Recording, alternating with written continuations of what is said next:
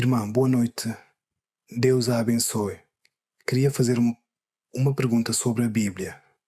Em 1 de Timóteo, capítulo 5, versículo 22, diz assim: A ninguém imponhas precipitadamente as mãos. Não te tornes cúmplice de pecados de outrem, conserva-te a ti mesmo puro. A minha pergunta centra-se na primeira parte deste versículo, onde diz: A ninguém imponhas precipitadamente as mãos. Voltando ao que Deus sempre nos fala em profecia, para ler a Bíblia, tenho-me cruzado com pessoas de outras denominações, onde leem a Bíblia em versões mais contemporâneas, mais modernas. Na Nova Tradução Vivente, este mesmo versículo é traduzido como estando a nomear um líder. Diz: Não te apresses a nomear líderes. Esta é a minha pergunta, irmã. Diz: Não te apresses a nomear um líder. E bem, essa pergunta levava a outra. Pois essa mudança de vocabulário é muito errada, porque não tem o mesmo sentido.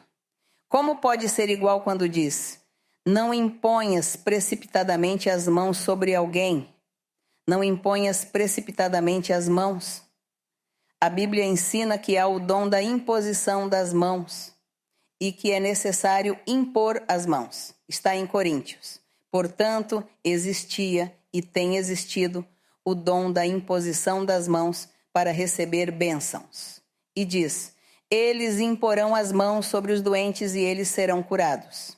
Portanto, foi o Senhor que colocou isso. Quem se vai atrever a mudar essa frase com a linguagem moderna de hoje? Eles não podem mudar. Portanto, quando ele diz: E não imponhas precipitadamente as mãos sobre ninguém, ele estava a dizer isso a Timóteo por algum motivo. Porque ele, como profeta que era, Timóteo, apóstolo, discípulo, e também lá onde estavam, naquela cidade, as pessoas eram muito más, porque estavam a pregar para pessoas pecadoras, pessoas que estavam a fazer o mal, pessoas que se diziam judeus, mas apenas de nome, porque estavam a pecar e a fazer coisas contra a vontade de Deus, contaminando-se com todas as nações. Portanto, provavelmente haveria alguém que não merecia o benefício. Alguém que não merecia o benefício porque provavelmente era algum ímpio, alguma pessoa que o apóstolo iria perceber quem era. Então ele disse: não, ele não merece que lhe imponha as mãos, porque ele precisa é de castigo. Esta pessoa precisa que Deus a castigue pelo seu pecado, pela sua vida má que leva, porque não quer converter-se, porque não quer procurar a Deus, porque não quer fazer a vontade do Senhor. Então o Senhor está zangado. Não lhe impõe as mãos porque ele não merece bênção. Provavelmente era isso. Por isso ele dizia-lhe, para ser sábio e ter esse discernimento, para olhar lá na cidade onde ele estava, naquele lugar, porque era algo ocasional que ele lhe disse, para ter cuidado, porque provavelmente havia pessoas que não mereciam a bênção de Deus, pessoas que estavam a fazer coisas muito más e que não queriam reconciliar-se com Deus, mas que serviam como mau exemplo ou para atrapalhar os crentes. Por isso, o apóstolo zangava-se e dizia: não o faças precipitadamente, não faças isso. Primeiro vê a quem vais impor as mãos. É isso. Mas isso foi algo que aconteceu naquele tempo, a ele, naquele lugar. Hoje em dia, na vida espiritual, o Senhor ensina-nos e o próprio Senhor se encarrega de descartar, de tirar ou de castigar alguém que não queira submeter-se à vontade do Senhor. Mas então estamos a falar da tradução dos idiomas, porque aí você diz que as Bíblias que estão a sair agora com a nova linguagem estão a dizer que ele não podia nomear nenhum pregador, por exemplo, como diz essa versão. E aí também se contradizem, porque o líder, quem vai nomear um líder se os líderes nascem? O líder não se faz. Quem vai ser um líder? Bem, podem dar algumas orientações a uma pessoa e dizem: se quer liderar este grupo de pessoas, tem que cumprir certas condições, tente fazer isto e aquilo. Mas realmente ele não é um líder.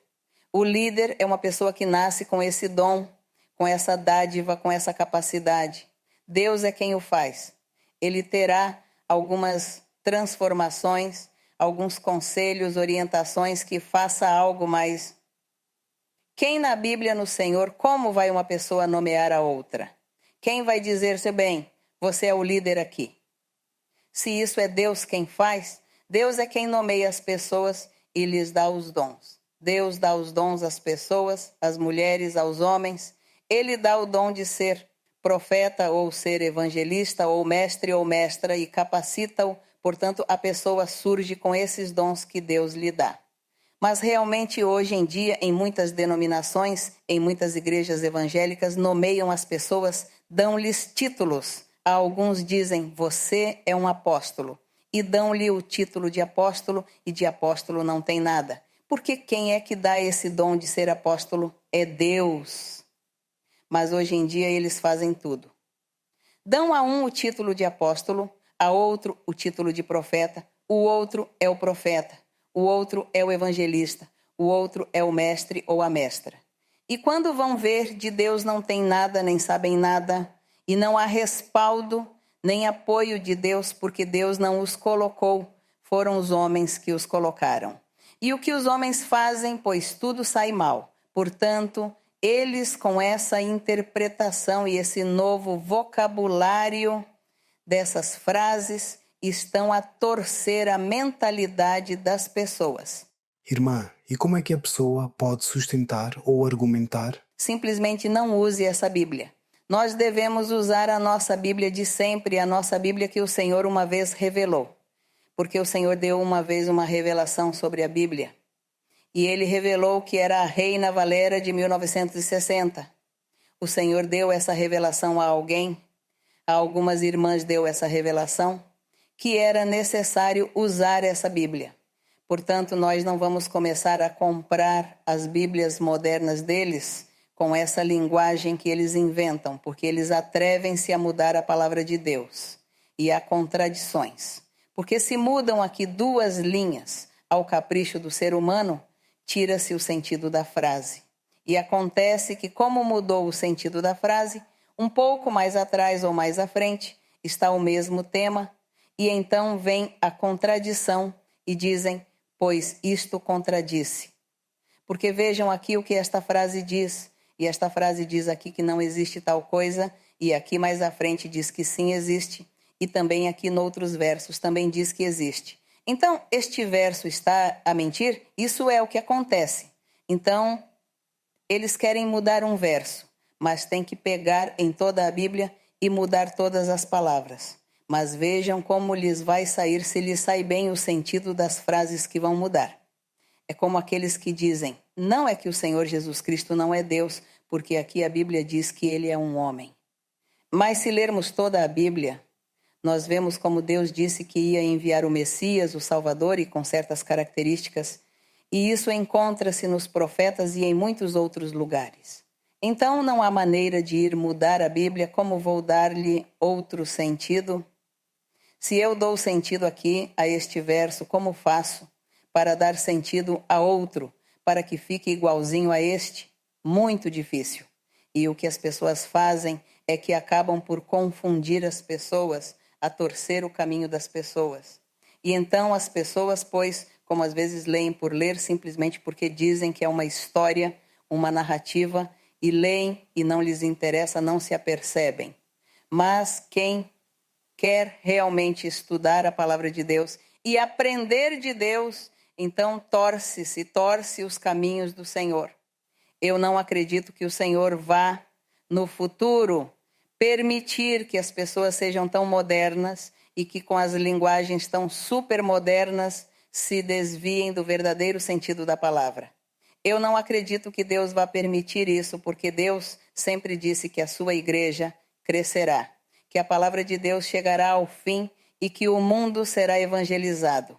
Por isso, essa gente vai falhar com a sua nova Bíblia, porque chegará o tempo em que as pessoas não gostarão e não a vão comprar. Então chega o tempo em que não vendem, porque alguma coisa há de acontecer. Nós continuamos com a nossa Bíblia que sempre lemos, porque com esta Bíblia nós recebemos os dons espirituais, recebemos as promessas de Deus, os milagres, os sinais. E essas igrejas com uma Bíblia tão moderna, vão e vejam, vocês verão como estão. Deus não está lá com eles, Deus não se manifesta. Esse é o sinal. Esse é o sinal que nós devemos olhar. Qual é o sinal que você tem para dizer que está na verdade? Na sua igreja, Deus fala-lhe. Na sua igreja, Deus faz milagres e sinais. Na sua igreja, Deus dá-lhe paz. O que faz Deus por você na sua igreja? Nada. Então estão a andar mal. E isso é o que nos faz comprovar e saber se estamos a andar no caminho que é. Então é melhor descartar isso e continuar a ler a Bíblia normal que sempre tivemos. A minha pergunta era mais de um ponto de vista. Se nos pode ilustrar. Aliás, já nos ilustrou bastante, irmã. Mas, digamos, para não entrar nesses debates. Não, porque ninguém se vai pôr a debater. Para que nos pomos a debater com gente insensata, gente rebelde, incrédula, que não vai aceitar nada? Não se deve debater nem discutir. Senão, alguém sabe o que lhe vai dizer? Se são amizades que você tem, de repente, pessoas que você estima ou que lhe agradam ou que têm amizade, então não devemos discutir de religião nem disto, mas dizer, na igreja onde eu assisto, Deus manifesta-se, lá há milagres, lá há sinais, Deus dá a felicidade, a paz, Deus fala através dos dons, é muito bonito. Convido-o para que participe e desfrute dessa experiência bonita. Eu não lhe estou a dizer para sair da sua igreja, mas para ir um dia destes à minha igreja, para que desfrute algo novo, sinta algo diferente, que isso é bonito, a presença de Deus. E já com isso é suficiente, mas não vão debater, não se ponham a debater com opiniões diferentes, nem nada dessas coisas. Fugir a isso.